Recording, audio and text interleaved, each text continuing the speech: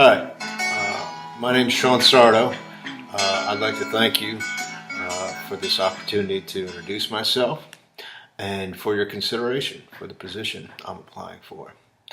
I've been teaching EFL in China for about 6 years, and I've worked in many different capacities, everything from kindergartens to training centers to universities to private tutoring. And what I usually do when I'm introducing myself to a class or a person is I bring out one of my PPTs, which I put a lot of input into my PPTs. I find they're really interesting in engaging people and starting conversations, and they're very interactive. So I usually bring along my PPT here, and this particular one I use for kind of first introductions, first time I meet people. And so what I would usually do in a classroom is, in the case of this introduction, is I'd have some cards here, and I would write on the board maybe 3 or 4 yes/no questions, like "Are you?" ... or "Does it?" ... and or "Have you?" ... And then I'll ask the class, well, how do you answer this? How would you answer? Are you? What's the answer? And a lot of times you'll get, I don't know. And I just kind of say, well, that's a possibility. Maybe you don't want to take any risks. How else can you answer it? Until you get a yes, or you prompt the no from the class or from the student. At that point, I kind of open a quick discussion about yes/no questions. And then I hand out these cards. And if I have many students, I can hand them all out. Or if it's just one student, we can go through and match them. But on these cards, there's kind of a yes/no question. And in order to find your partner, you have to find the answer. So, do you have one? I'm going to get through here. Is it large? No. No, I don't have one. All right, so these two people hopefully will find each other and partner up for the presentation and my introduction. So I'll also ask them not to sort of share any of their personal information. I just want them to kind of match up once they have a partner, sit down, and we'll begin the presentation. So once that's accomplished, I'll move on to the PPT here, and I'll say, does anybody know what a scrapbook is? Now that you have a partner, let's start to get to know each other. And I'll ask, does anybody know what a scrapbook is? So I'd like to maybe introduce myself and kind of share with you my scrapbook. And so it starts here. We move on. And it's called The New Guy, Scrapbook by, and hopefully nobody will know my name in order for this to work well. Well, do you know? I'm guessing. This is kind of where the yes/no thing comes into play. And I say, here I am. Here's kind of scrapbooks full of pictures, and these are kind of pictures of me throughout the years. And maybe I'll go through, if I have time, I'll go through and describe the different phases of my life and where I was or what I was doing when certain pictures were taken. There's me as a baby. There's me in college. This is me at my high school prom, so on and so forth. Just kind of share a quick talk about these pictures and say this is kind of what I look like as time passed on. And then I'll say, well, does anybody know what in the Western world what a first name is? What is a first name? And then I'll go and say, well, my first name it's Irish, and it means John. It's the Irish form of the English name John, and it means God is gracious. And I might ask him what gracious is, or it depends on how much time it is, what kind of rapport we have, how the conversation is going. That's the great thing about these PPTs. I find being interactive, you never really know what you're going to be talking about necessarily every time. It's not very scripted, and it's kind of like it's kind of like a theater experience. I have a background in filmmaking, so I make them very cinematic, and that's really exciting to me. To be honest with you, is to have this new sort of aspect of filmmaking that I can work on, where it's just completely interactive. It's just a conversation using cinema. So anyway, that's kind of a tangent, but we'll get back to. I'll say God is gracious, and I will maybe I'll say what does gracious mean, so on and so forth. But anyway. I have some letters here, and I'll ask the students. Well, guess. Is it S? Is it E? A? S? I'll say, yeah. Okay. What's the next letter? Right? An A, an E, and I guess until we get my name down. And this is kind of a tricky one. Kind of a fun thing to do is to ask them. Well, okay. So what's my name? And usually it's kind of tricky because it's an Irish name, so the pronunciation of the consonants and the vowels is a little bit different than the English pronunciation. So this is Sean, and I'll explain to them the Gaelic language and Irish pronunciation of it. So that's my first name, and then I move on, and I might go through here too, these are all kind of different tickets and things for my trips in Ireland. I've been over there a couple of times, and I might explain, if I have time, what those are and what they represent in my life. And then I'll talk about why my name is Sean, and I kind of get into it. This year, my mother named me after the actor Sean Connery. So I asked, does anybody know who this actor is? And it's Sean Connery, and he was made famous from playing the, British super spy 007. And then I can say, then I have my question: what is the name of the character that Sean Connery played? What is the name of 007? And I might have a little prize here just to kind of make it fun or something. Maybe a little badge or something. Depends what I have. Depends what I have available at the time. Maybe a badge or something that's kind of spy related. I'll give to them if they get the person who gets James Bond correct. And now I get to turn it over to the students, and they get a chance to kind of. Now they want to start, I encourage them to start sharing their personal information in the context of learning my name. I want them to learn each other's name, so I ask them to guess their part names. I give them a little, some prompts that they can use. Does it begin with a letter? Just kind of referencing what we were doing with my first name. And then I kind of ask, well, what comes next in Western names? What is usually the next part of a person's name?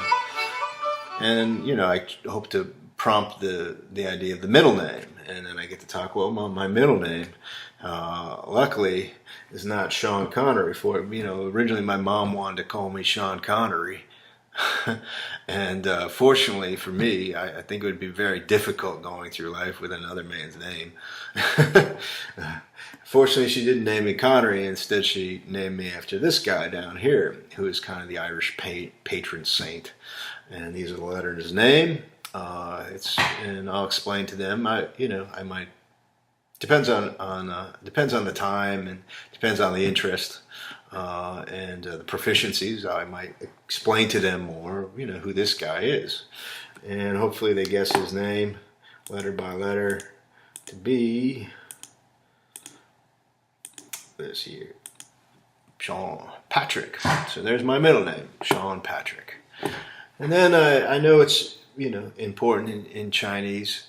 Names are just as important, and I know that a lot of the times parents give their children very special names. And so I will then turn it over to the students again, ask your partner why they chose their name. And this could be their Chinese name or their English name. Usually I stick to English names, but of course I encourage, hey, if their Chinese name has an interesting sort of story, share it with your partner at this point. Okay, then we move on to, what comes next? All right, the last name. And my last name comes from this place here, Italy. And it comes specifically, this is where my family comes from. place called Montemora, Italy. And these are some videos of that town in Italy. And I explain a little bit of this video.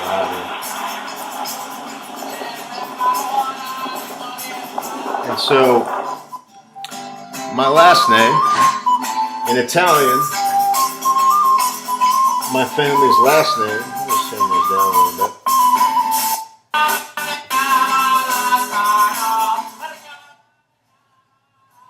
Turn that down a little bit. So, we move on to my last name. And in Italian language, my family's name means tailor. Ask them what a tailor is. This person who makes clothes. And this is a tough one for most students or people who meet you for the first time. It's hard to know a person's last name. So, they have to guess this one last letter by letter. And we get to my last name, Sarto. And, like I said, it's not easy to guess that, but it's a little fun. And then I go on to describe my family and how we made it to America. And I tell them a little bit about this guy here. This is my great-grandfather who came from Italy and moved to the United States. And I tell them he worked for the train company in the United States, what he started. And actually, you can't see it here, but he only had one arm. And he was kind of the guy, the signal man, who held up a stop sign to let cars know that trains were coming, so they wouldn't get hit by the train. And just a quick thing, I know another word for the train company is what? Just kind of a fun little question. Railroad. And I talk a little bit about my great-grandfather. I tell him, he came from Montemora, Italy. He changed the name. Our original name was Santa Lucia. And I tell him that, part of his immigration process was changing his name to Sarto to make it easier for people to remember his name. As I hope people remember my name for the same reason. And he talked about the boys he had, my grandfather and my uncles and aunts there, and how they all married women named Dorothy, and mostly women who were of an Irish background.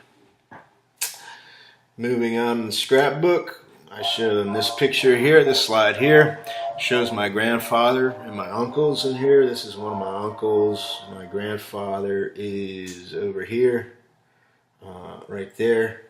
And I asked them what, they were kind of known, and they were kind of known in my town for this sport here. And does anybody know what this sport is? This sport is called boxing. And they kind of were known for being boxers for the local church in my hometown.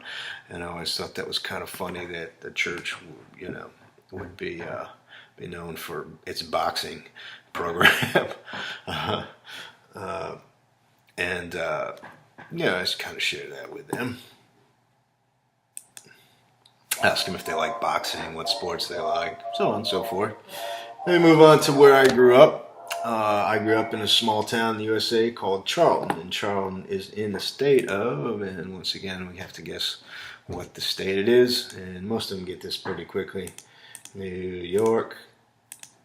I might have to change this around, make it a little more difficult. I change a lot on these PPTs as I go when I find things that work or are a little too obvious, so on and so forth. So Charlton is in New York.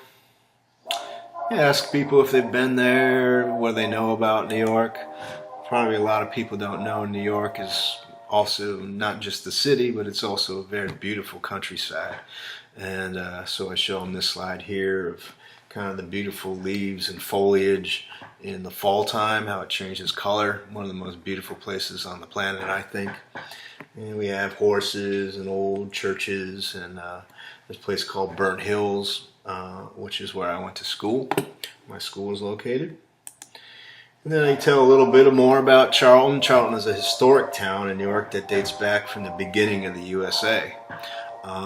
It's very small, only about 4,000 people in the population. And I show them, there's the basic town, all it is, and this is all there is in the whole town, is this general store. It's also kind of you can get milk and things like that. A lot of it local farmers produce. A dairy. It's a church. There's an old church there that goes back to the beginning of the United States. And then there's this building down here, and I asked the students to kind of guess what they think that building is in my hometown. And after a while, some might guess it, some don't, but it's a schoolhouse, and that's always a big conversation. How just this one room building housed all the students, from every grade in my hometown, for the most part, until for in the beginning of the town. In its history, this was the schoolhouse, and there's a bell up top, and it used to ring, and it used to tell the students they had to be in class. And they all kind of amazed. Usually students are kind of amazed by that. And then I turn it over to them again and ask them to guess where their partner is from. I give them some prompts, maybe like, is it near or is it close to? And here it's usually, most of the people are from the same city, so then I maybe encourage them to find out where in the city, if they're from the same city, see if they can guess where in the city, or like what road or what street they live on. Then we move on to family, and I go to this slide here, and I say, this is my family, and I have 4 names down here, and I try first I ask the students to guess who is who. Out of these 4 pictures, which one is Sandra, right? Which is Sandra, and then we see who got it right. It's Sandra. Which one is Todd? And let's see who got it right. Which one is William? And which one is Ashley? And then I say, okay, who are Sandra and William? And here's a good time to kind of review the names of people in your family: mother, father, brothers, aunts, sisters. And we find out this is my mom and my dad. I say, who is Todd? Todd is my brother. Okay, and this is usually when they get tripped up and your age starts to show. I say, who is this?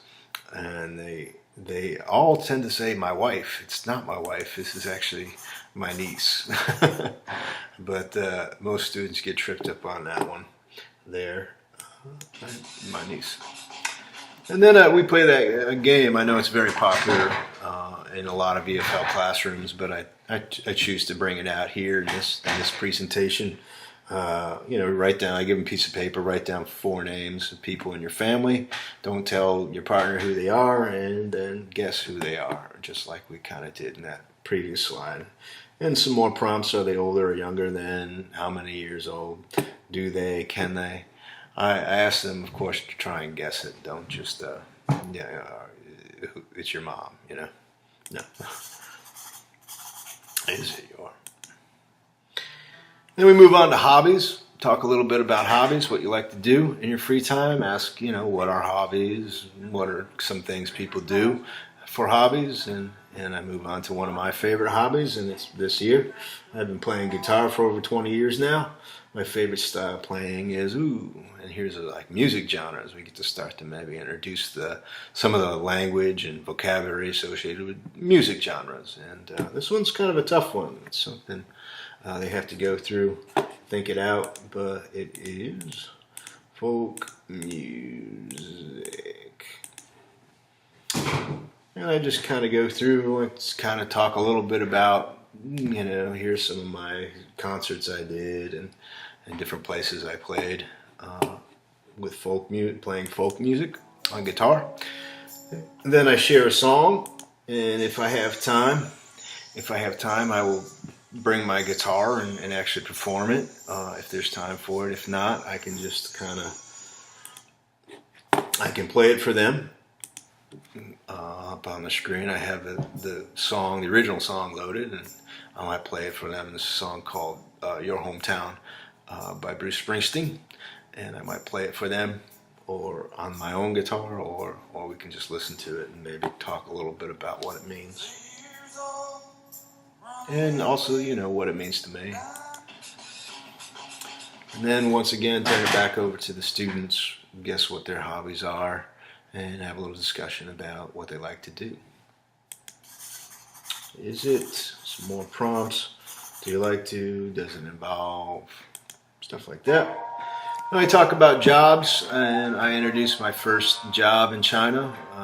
I talk a little bit about teaching in China for 6 years, and I introduced the first place I taught in China. My first job was in a small city in Jiangxi province. It was the birthplace of both Wang Anshi and Tang Xiangzu, and I try and get them to guess. And sometimes they know, sometimes they don't, but it's always tricky to tell people about my first job, Fuzhou. A lot of people don't know there's a Fuzhou in Jiangxi. They think of the one in Fujian, and so it's kind of a tricky question, which is good, which is good. It gives them kind of a sense of I wonder. And then it's turn it over to students again. Guess what your partner's job is, and I encourage them to talk a little bit about their job and if they like it and how's it going and do they plan to stay in that field, so on and so forth. Is it some more prompts? Just kind of started off. Do you have to? And that's where we kind of end it. And I ended on this slide here with a to be continued, since I'm still kicking around. That there's hopefully going to be more to my story and my life to talk about as time goes on. And that is, I've been adding to this presentation as things change. Certainly, I'll be talking a little bit more about buying a house in Florida and things as they stand today. So that's my presentation and my introduction to who I am and a little bit about how I go about teaching a classroom. And I hope you enjoyed it. And once again, I want to thank you for this opportunity to introduce myself and for your consideration for the position I'm applying for. Thanks a lot. 再见.